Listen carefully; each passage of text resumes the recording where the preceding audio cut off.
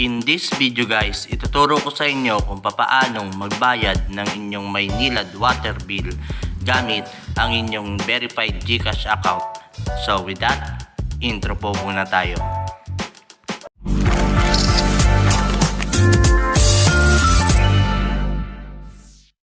Upon opening our smartphone, pupunta po tayo sa ating GCash account and then we will open our GCash account using our MPIN. In our GCash dashboard, we will choose Pay Bills. And under categories, we will choose Water Utilities. On upper part ng ating dashboard ay may makikita po kayong search bar and then we will search Maynilad. At ito po ang mga details na kailangan nating i-input. Customer account number, yung exact amount na kailangan nyo pong bayaran, kasama po yung cents po dun, yung centimo, and then your email account.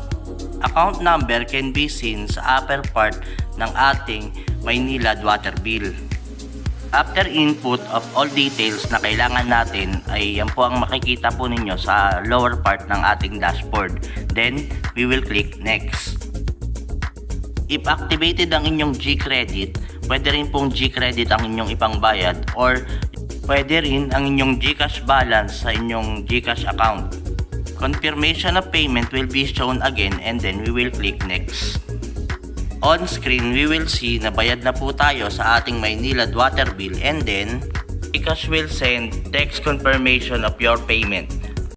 And I hope isa na namang tech kaalaman ang inyo pong natutunan gamit ang video na ito. At kung mahilig ka sa how-to, tutorial, unboxing, cellphone application, and all about technology, kaibigan, please like, subscribe, and hit the notification bell para updated ka sa mga bagong tech videos na lalabas.